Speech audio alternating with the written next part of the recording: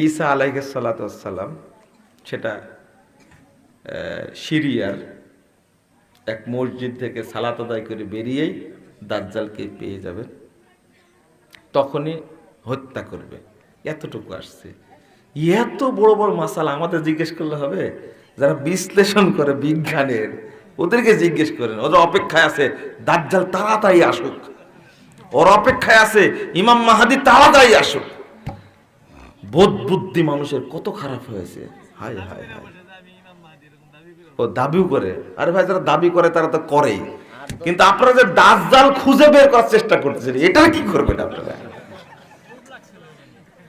আমি এই প্রশ্নের উত্তরগুলো সবগুলোই জানি, কিন্তু আমি দিলাম না।